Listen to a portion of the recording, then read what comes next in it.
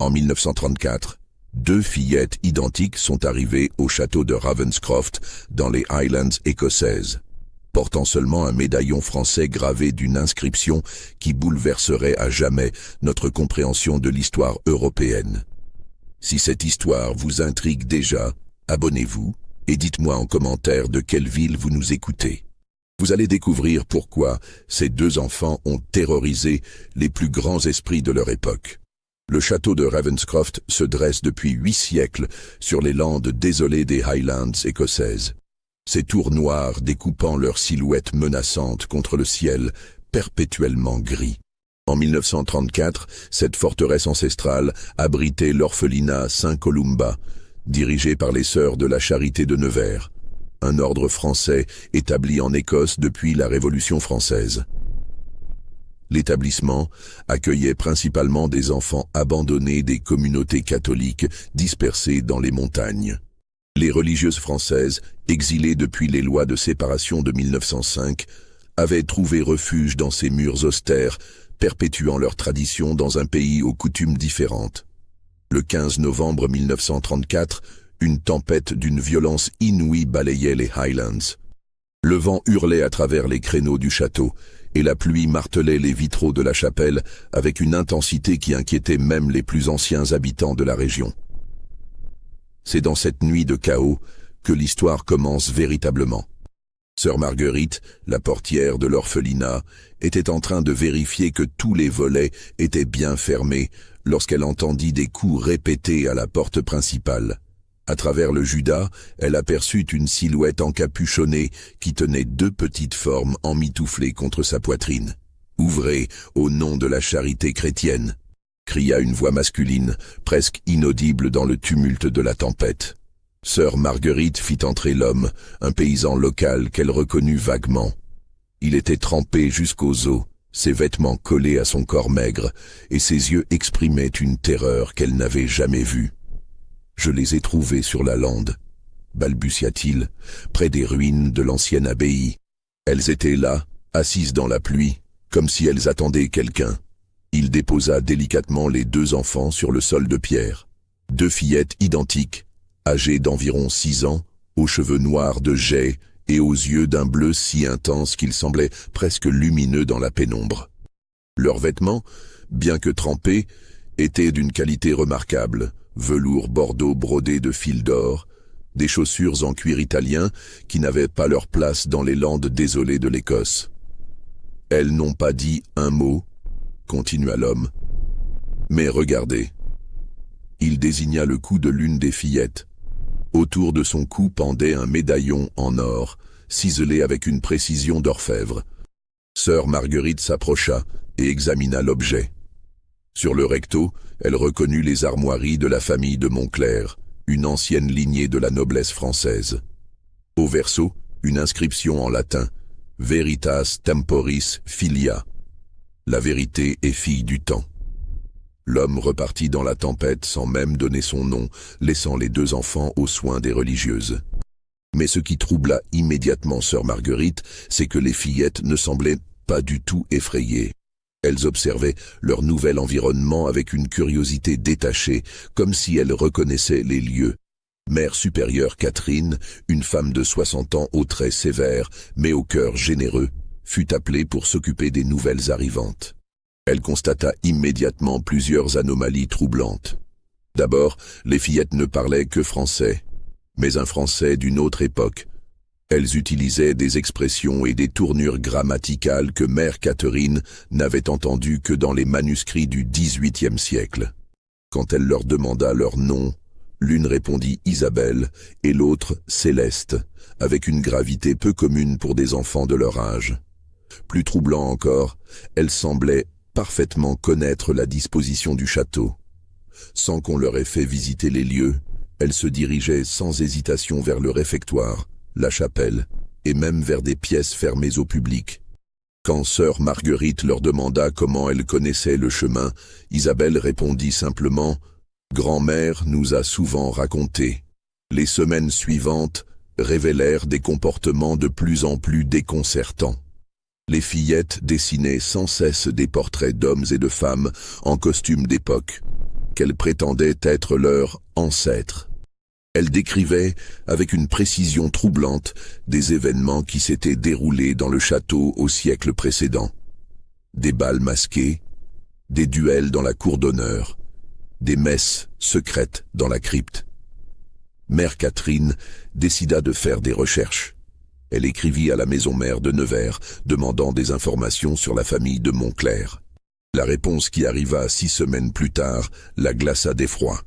La lettre de sœur Thérèse, archiviste de l'ordre, contenait des révélations qui bouleversaient tout ce qu'on croyait savoir sur les fillettes. « Ma chère Catherine, écrivait-elle, les armoiries que vous décrivez appartiennent effectivement à la famille de Montclerc.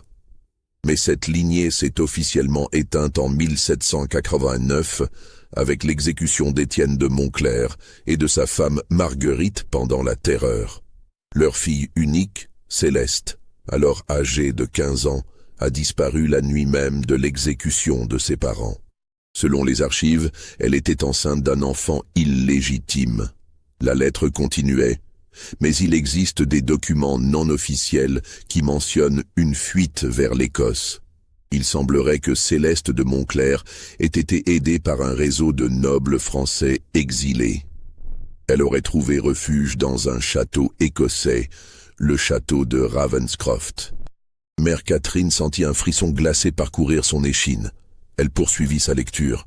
J'ai trouvé dans nos archives une correspondance entre notre ordre et le château de Ravenscroft, datée de 1790. Une jeune femme française prénommée Céleste y aurait accouché d'un enfant en secret.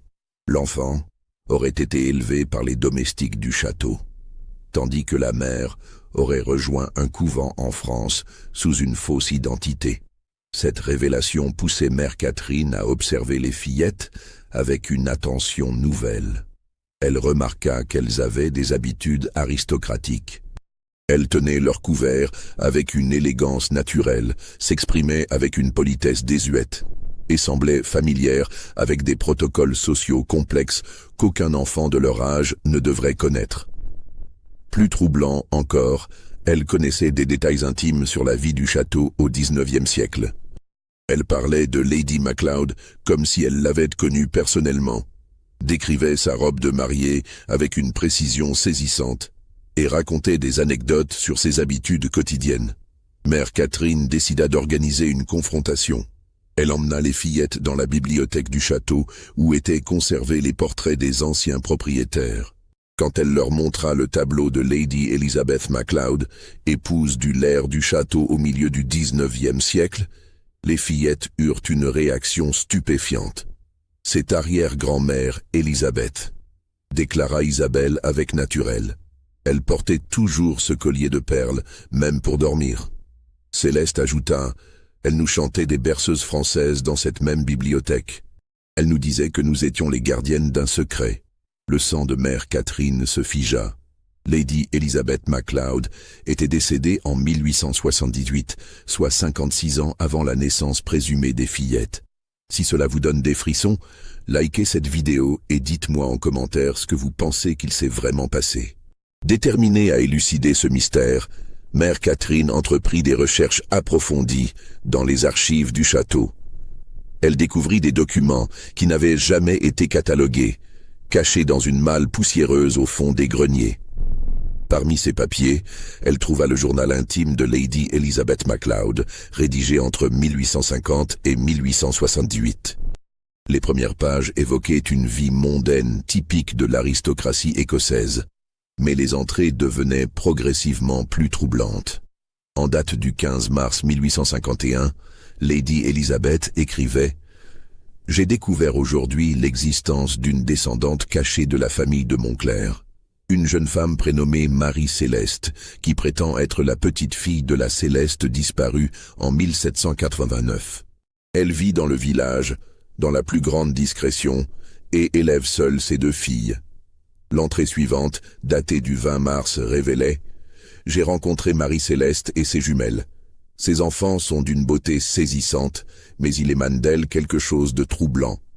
Elles semblent posséder une mémoire qui ne leur appartient pas, parlent d'événements qu'elles n'ont jamais vécus comme si elles y avaient assisté. Les pages suivantes décrivaient une obsession grandissante de Lady Elizabeth pour ses fillettes. Elle les faisait venir au château en secret, leur apprenait les us et coutumes de la noblesse et semblait convaincue qu'elles étaient les héritières légitimes d'un patrimoine perdu. En 1855, le journal révélait un fait capital. Marie-Céleste est morte dans des circonstances troublantes. Ses filles, Isabelle et Céleste, ont disparu le même jour. J'ai fait rechercher partout, mais on ne les a jamais retrouvées. Comme si elles s'étaient volatilisées. Mère Catherine ressentit un malaise grandissant. Si ces fillettes étaient mortes en 1855, comment pouvaient-elles être arrivées au château en 1934 ? Elle continua sa lecture, espérant trouver une explication rationnelle. Les dernières entrées du journal, datées de 1878, peu avant la mort de Lady Elizabeth, étaient de plus en plus confuses et troublantes. Elles sont revenues. Isabelle et Céleste sont revenues, exactement comme je les avais laissées. Elles n'ont pas vieilli d'un jour. Elles m'ont dit qu'elles attendaient le bon moment pour révéler la vérité sur leur famille. Elles connaissent des choses qu'elles ne devraient pas connaître. Elles parlent de ma mort comme si elle était déjà arrivée. Je commence à croire que ces enfants portent en elles la mémoire de toute leur lignée. La dernière entrée, presque illisible, déclarait « J'ai compris ». Elles ne sont pas des enfants ordinaires. Elles sont les gardiennes d'un secret que les Montclair ont transmis de génération en génération. Un secret qui pourrait ébranler les fondements de l'aristocratie européenne. Bouleversée par ces révélations, Mère Catherine décida d'écrire aux autorités ecclésiastiques françaises. Elle envoya une lettre détaillée à Monseigneur Dubois, évêque de Nevers, lui demandant de faire des recherches approfondies sur la famille de Montclair. La réponse arriva 3 mois plus tard, accompagnée d'un dossier volumineux qui allait changer la perception de toute cette affaire. Monseigneur Dubois avait découvert des documents secrets dans les archives du Vatican, des papiers que l'Église gardait précieusement depuis la Révolution française.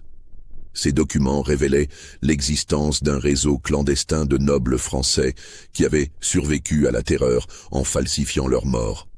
La famille de Montclair, écrivait l'évêque, n'a jamais été totalement éteinte. Étienne de Montclair avait prévu sa chute et avait organisé un système complexe de fausses identités et de refuges secrets. Sa fille Céleste n'était qu'un maillon de cette chaîne. Le dossier contenait des arbres généalogiques secrets, des correspondances codées et des témoignages de prêtres qui avaient aidé à maintenir cette mascarade pendant des décennies. Plus troublant encore, les documents révélaient l'existence d'un protocole de transmission. Chaque génération de la famille de Montclair était chargée de préserver et transmettre des informations compromettantes sur d'autres familles nobles européennes. Des secrets qui pouvaient détruire des réputations, révéler des bâtardises ou prouver des trahisons. Armée de ces nouvelles informations, Mère Catherine décida de confronter directement les fillettes. Elle les emmena dans la chapelle du château, sous les voûtes gothiques qui avaient vu défiler tant de secrets au fil des siècles. « Isabelle, Céleste » commença-t-elle d'une voix grave.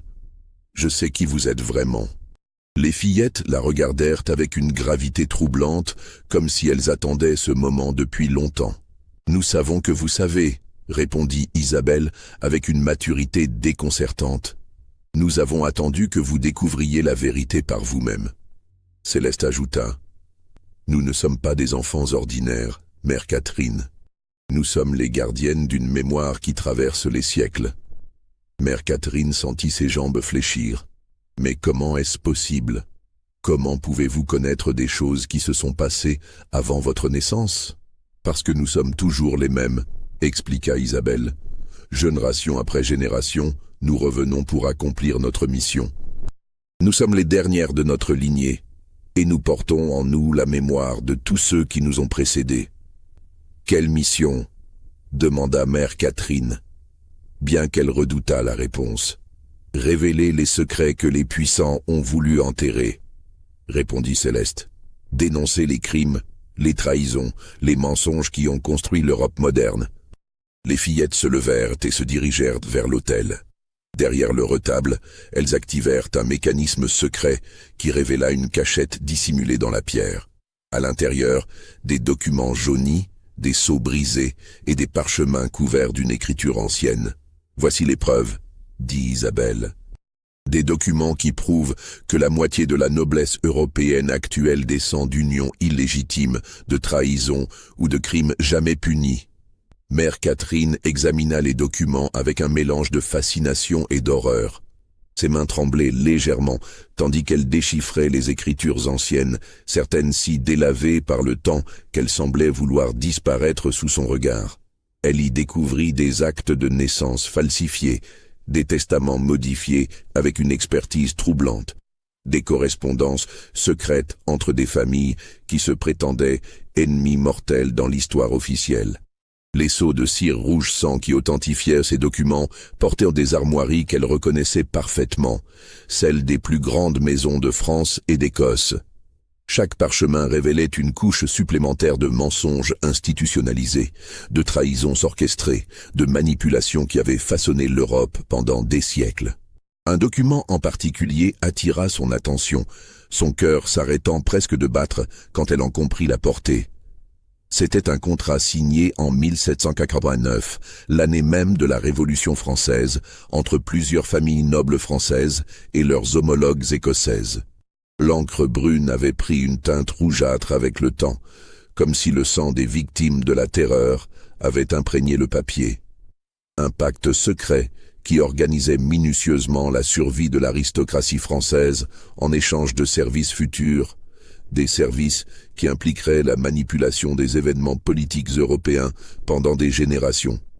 Ce contrat, expliqua Céleste d'une voix qui semblait porter le poids de siècles de souffrance, prouve que la Révolution française n'a pas été le soulèvement populaire spontané que l'histoire officielle décrit. Elle a été orchestrée par certains nobles pour éliminer leurs rivaux et refonder l'aristocratie sur de nouvelles bases. Les mots de la fillette résonnèrent dans la chapelle comme un blasphème. Mère Catherine sentit ses certitudes s'effondrer une à une. Tout ce qu'elle avait appris sur l'histoire de son pays, sur les nobles martyrs de la Révolution, sur les héros et les victimes, prenait soudain une dimension sinistre. Isabelle ajouta, ses yeux d'un bleu glacial fixant Mère Catherine avec une intensité dérangeante. Notre famille a été chargée de préserver ces preuves, de les transmettre de génération en génération, jusqu'au moment où elles pourraient être révélées sans danger. Nous sommes les témoins vivants d'une vérité que l'Europe entière préfère ignorer. Mais pourquoi maintenant ? Demanda Mère Catherine, sa voix brisée par l'émotion. Pourquoi en 1934 ? Pourquoi révéler tout cela aujourd'hui ?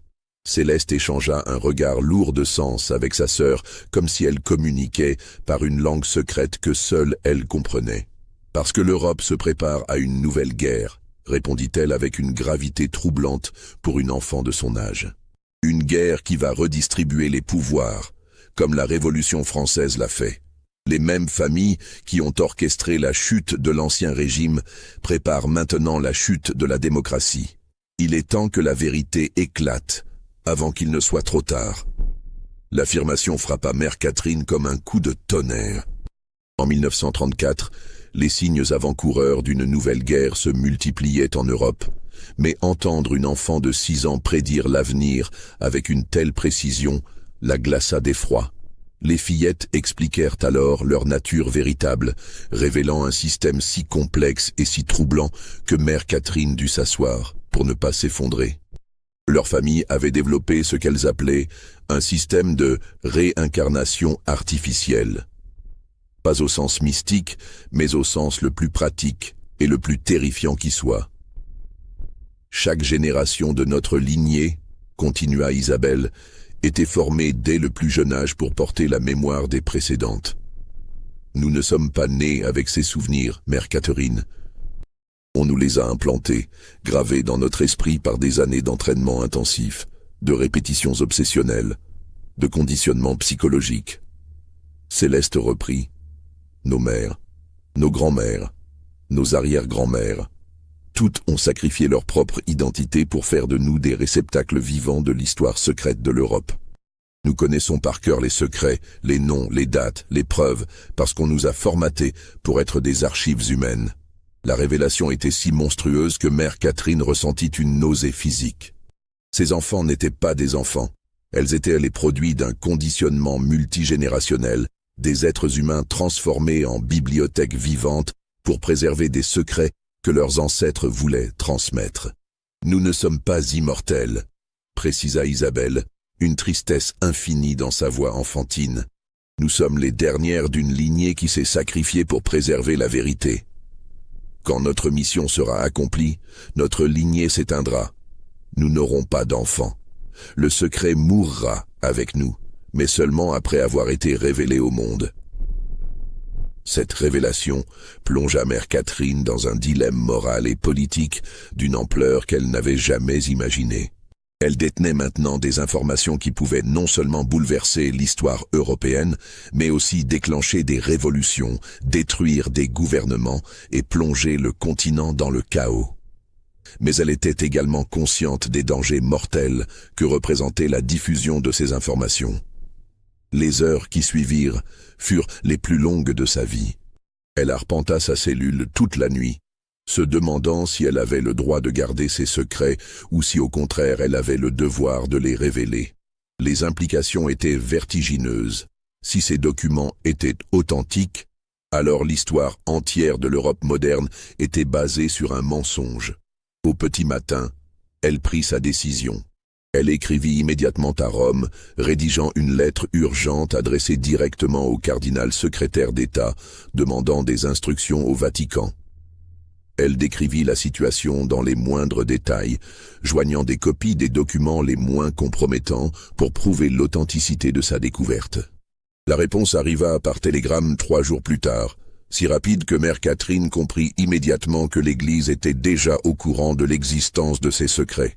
Le message était bref et sans équivoque. Document. Remise autorité ecclésiastique, stop fillette, protection pontificale immédiate, stop silence, absolu, exigé, stop. Le lendemain matin, des hommes en noir arrivèrent au château dans une automobile aux vitres teintées.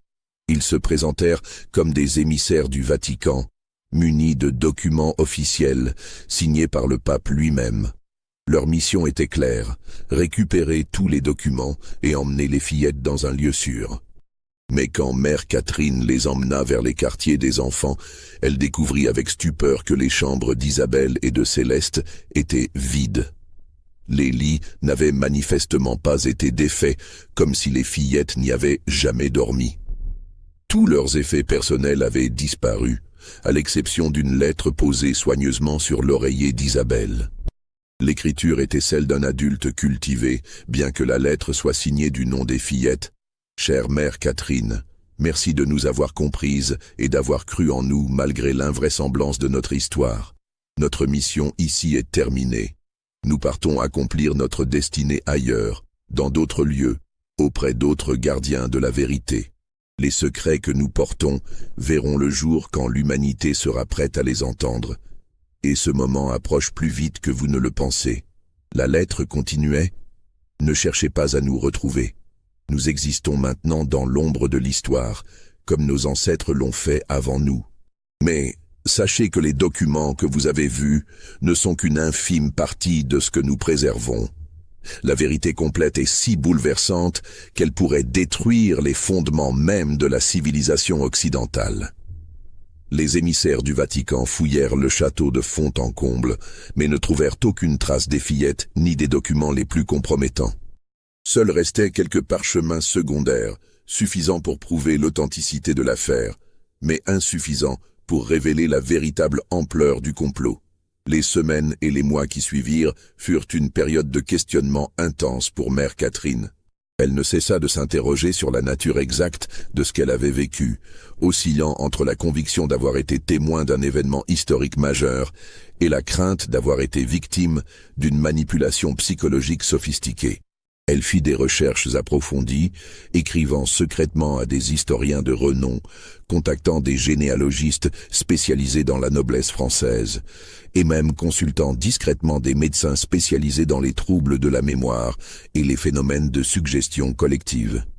Les réponses qu'elle reçut ne firent qu'approfondir le mystère.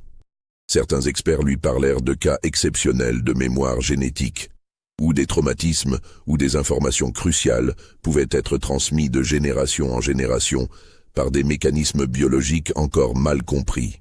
D'autres évoquèrent des phénomènes de transmission culturelle intensive, où des communautés isolées développaient des méthodes d'apprentissage si poussées qu'elles pouvaient créer l'illusion d'une mémoire surnaturelle.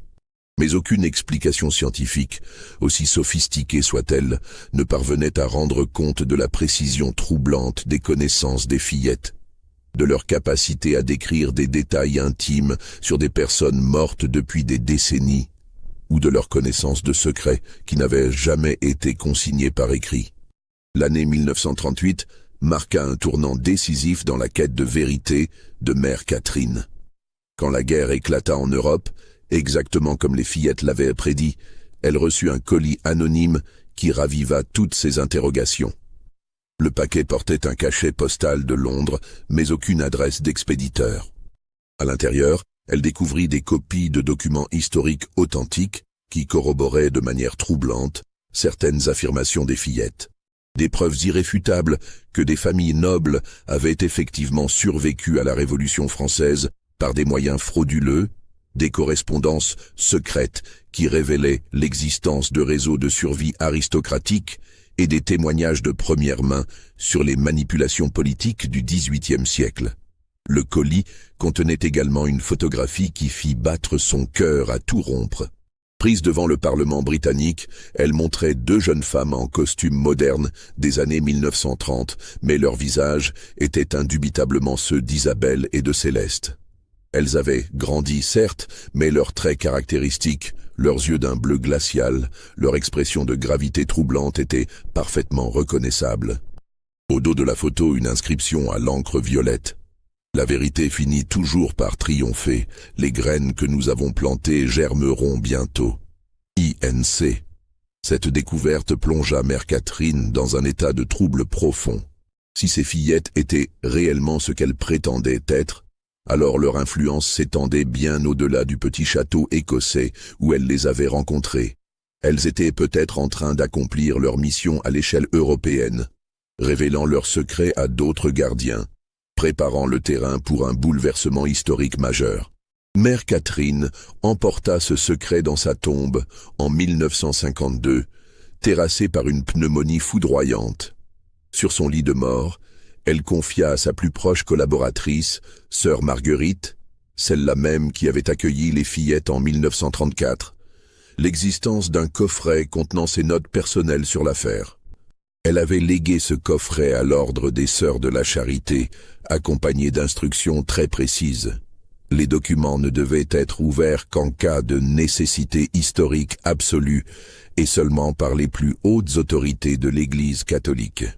Ces documents restèrent scellés pendant près de 40 ans, oubliés dans les archives du couvent de Nevers. Ils ne furent exhumés qu'en 1989, lors du bicentenaire de la Révolution française, quand l'Église décida de faire le bilan de ses archives secrètes concernant cette période troublée de l'histoire française. Les historiens qui furent autorisés à étudier les notes de Mère Catherine ne purent jamais confirmer ni infirmer totalement les révélations qu'elles contenaient. Les documents étaient trop fragmentaires, les témoins tous décédés, et les preuves matérielles avaient disparu avec les fillettes mystérieuses. Cependant, leurs recherches révélèrent des éléments troublants. En consultant les archives de diverses familles nobles européennes, ils découvrirent que plusieurs d'entre elles avaient été secouées, entre 1934 et 1989, par des scandales impliquant des documents mystérieusement apparus, révélant des secrets enfouis depuis des siècles. En 1943, la famille des Bourbon-Condé avait été contrainte de reconnaître l'existence d'une branche illégitime après la découverte de testaments cachés. En 1956, les héritiers du duc de Montmorency avaient vu leur titre remis en question par l'apparition soudaine d'actes de naissance falsifiés datant de l'Ancien Régime. En 1967, la maison de Polignac avait été impliquée dans un scandale financier lié à des biens spoliés pendant la Révolution, révélés par des documents que personne ne savait expliquer. Chaque fois, les révélations suivaient le même schéma. Des documents authentiques apparaissaient mystérieusement, révélant des secrets que les familles concernées avaient cru enterrés à jamais.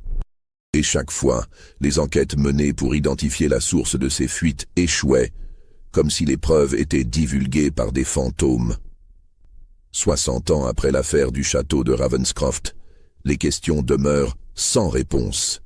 Les historiens continuent de débattre sur la nature exacte des événements de 1934, certains y voyant un cas fascinant de manipulation psychologique collective, d'autres suspectant l'existence réelle d'un réseau secret de gardiens de la mémoire aristocratique. Une chose reste indéniable. L'influence des révélations attribuées aux fillettes mystérieuses s'est étendue bien au-delà de leur apparition fugace en Écosse. Si l'on trace une ligne reliant tous les scandales nobiliaires qui ont éclaté en Europe entre 1934 et 1989, on obtient une carte qui correspond étrangement aux principales routes commerciales et politiques de l'aristocratie européenne. Coïncidence ? Ou l'accomplissement méthodique d'une mission séculaire portée par des enfants qui n'étaient peut-être pas des enfants ordinaires. En 2019, lors de la numérisation des archives du Vatican, les chercheurs ont découvert une note manuscrite datée de 1934, classée dans les dossiers les plus secrets de la secrétairerie d'État. Le document, rédigé en latin, mentionnait brièvement l'affaire des jumelles écossaises et concluait par ces mots troublants « Veritas temporis filia ». Les gardiens de la mémoire ont commencé leur œuvre. Que Dieu nous aide tous. Cette note était signée du cardinal Eugenio Pacelli, le futur pape Pie XII. Croyez-vous que tout a été révélé dans cette histoire ? Pensez-vous que les fillettes de Ravenscroft étaient vraiment ce qu'elles prétendaient être ou victimes d'un conditionnement familial poussé à l'extrême ? Les coïncidences troublantes qui ont suivi leur disparition vous semblent-elles crédibles ou pensez-vous qu'il existe une explication rationnelle à tous ces événements ? Commentez ci-dessous vos théories. Abonnez-vous pour plus d'histoires qui questionnent les certitudes de l'histoire officielle. Et partagez cette vidéo avec ceux qui, comme vous, s'interrogent sur les secrets que les puissants préfèrent garder dans l'ombre. Car après tout, comme le disait le médaillon des fillettes, Veritas temporis filia, la vérité est fille du temps. Et peut-être que le temps, en cette époque de révélations et de transparence forcée, n'a pas encore dit son dernier mot sur cette affaire troublante qui continue de hanter la mémoire de ceux qui osent la questionner.